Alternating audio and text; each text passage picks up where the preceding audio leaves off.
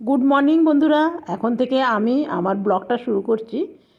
সকালে একবার চা খাওয়া হয়ে গেছে, তো আরেকবার খেতে মন গেল। গরম শীতকালে আমাদের মাঝে মাঝেই কিন্তু দেখবেন দিনে 2 থেকে 3 কাপ চা খাওয়া হয়ে যায়। আর এদিকে বসিয়ে দিয়েছি আমি ভাত।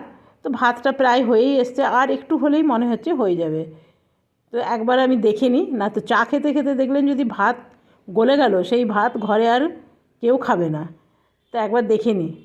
তো দেখছি না একটু দেরি আছে, তো গ্যাসের ফ্লেমটা একটু লো করে দিয়েছিলাম, এটা হাইতে করে দিই। হাইতে করে দিলাম। আর আজকে হবে চিকেন। ব্রয়লার চিকেন আছে, তবে ব্রয়লার চিকেন আমার খুব একটা ভাল লাগে না, চিকেন জিনিসটাই ভালো লাগে না। তবে যদি লোকাল চিকেন হয় তাহলে তখন একটু ভালো লাগে।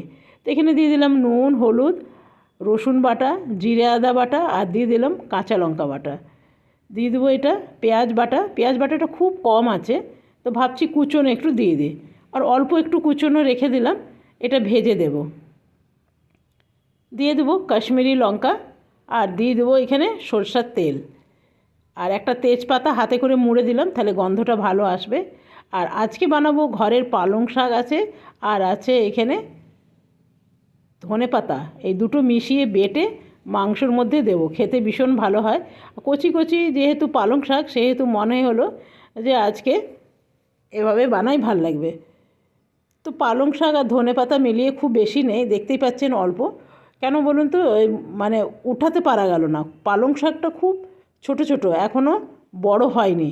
তো আমার এই পালং শাক আর ধনেপাতা এটা পেশা হয়ে গেল। আর এরপরে এটা ভালো করে মশলার সাথে মাংসটা মাখিয়ে নেব।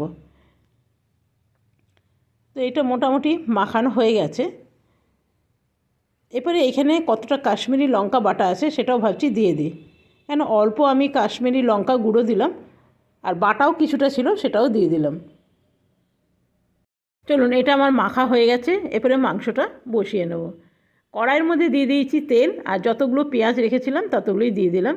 তবে আজকে রান্না করে আমি তাড়াতাড়ি একটু বেরোবো। কোথায় বলুন তো, আমাদের এখানে লেগেছে বইমেলা। তো বছরে একবারই লাগে। তো সেই জন্য ভাবলাম আজকে আর কিচ্ছু বানাবো না, মাংস আর ভাত, তাহলে কিন্তু একটা তরকারি দিয়েই হয়ে যাবে। আর মাংসটা ওই জন্যে তাড়াতাড়ি বসাচ্ছি। আমার স্নান হয়ে গেছে, পুজো হয়ে গেছে, তাড়াতাড়ি খেয়ে দিয়ে বেরিয়ে যাব।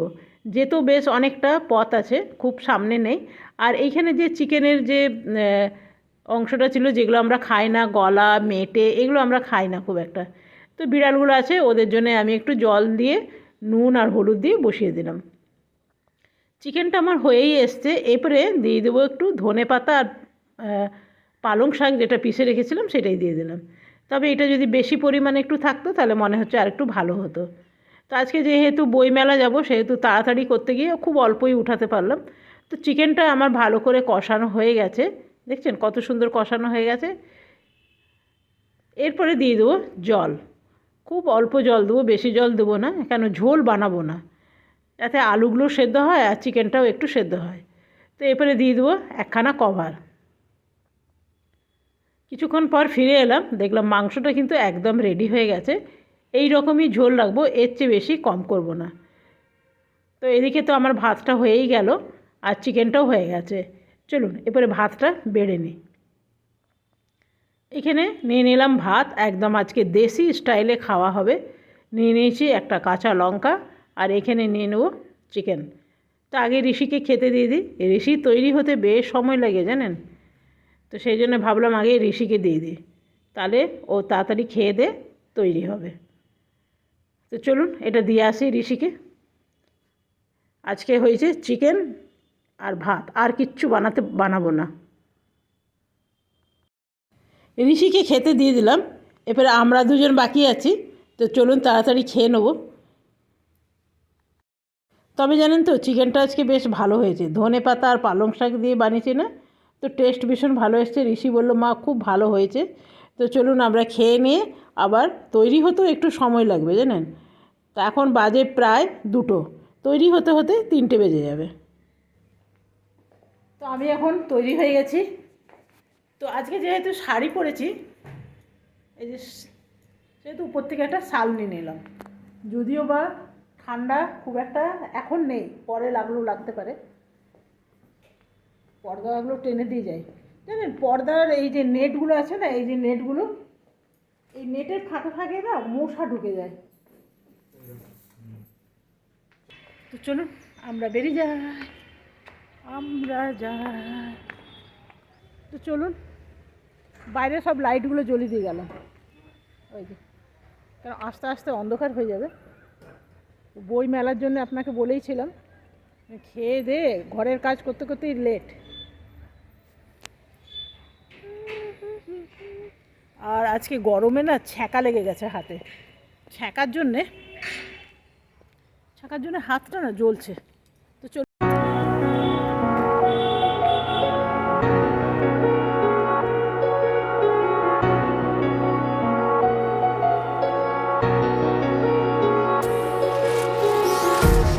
empty hearts and neon lights, they're playing with my mind. Gotta get out of here tonight. Oh, I wanna run off and fly, and I'll tell myself it's fine to be alone, just to find somewhere. ঋষি লাগাচ্ছে গেটে তালা। আর এই রাস্তাটা তো আপনাদের চেনা, বহুবার এই রাস্তাটা হলো আমাদের পাড়ার রাস্তা, বহুবার এই রাস্তা দিয়ে ভিডিও করেছি। আর দেখুন রাস্তার এই পাশে একটা মন্দির, ওই পাশে একটা মন্দির। এখন সরস্বতী পুজো আসছে, তাই রাস্তায় রাস্তায় ঠাকুর বানিয়ে শুকাতে দিয়েছে। যেহেতু এখন শীতকাল, কুয়াশার দিন, রোদ উঠে কম, তো ওই জন্য বাইরে দিয়ে দিয়েছে। আর সরস্বতী পুজোতে আর বেশি দিন নেই। আর আমি আজকে শাড়ি পরেছি, কেমন লাগছে অবশ্যই জানাবেন। এই শাড়িটা কিনেছিলাম খাদি মেলার থেকে, একদম পিওর সিলমার্কের ট্যাগ ছিল, তবে শাড়িটা পরে কিন্তু বেশ আরাম। আপনাদের কাছে কেমন লাগছে অবশ্যই জানাবেন। তো আমরা এখন অনেকটা দূরে চলে এসেছি, আর এই ঘরগুলো দেখে এত সুন্দর লাগছে না, অপূর্ব লাগছে। দেখছেন কতটা জায়গা নিয়ে সব ঘরগুলো, খুবই ভালো লাগে। কারো যদি নিজস্ব এরকম ঘর থাকে তাহলে খুব ভালো লাগে। আজকাল তো দেখাই যায় না। এই যে দেখছেন ফ্ল্যাট বাড়িতে কটাই বা রুম থাকে, 2টো রুম বা 3টে রুম, তাও রুমগুলোর সাইজ কিন্তু খুব ছোট ছোট থাকে।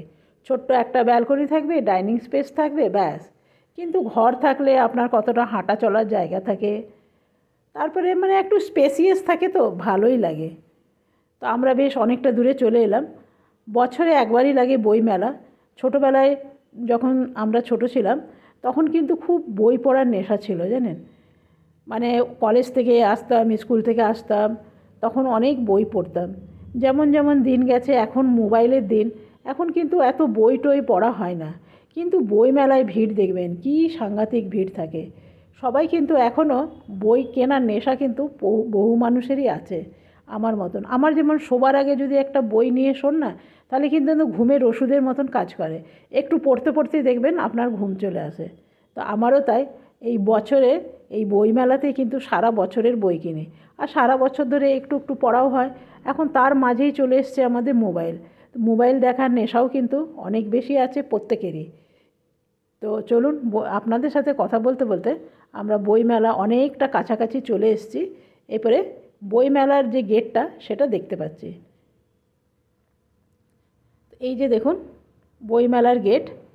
তো চলুন আমরা এরপরে ঢুকে যাই। তবে জানেন তো, রং বেরঙের বই পড়তে আর কিনতে দুটোই ভালো লাগে। আপনার বাড়িতে দেখবেন কিছু থাক নাই থাক, বই যদি থাকে না তাহলে কিন্তু আপনার সময় কেটে যায়। একটা যদি বই আপনি পড়া শুরু করেন, তখন আপনার খালি মনে হবে কখন ওটা শেষ হবে, কখন পড়ব, এই আর কি।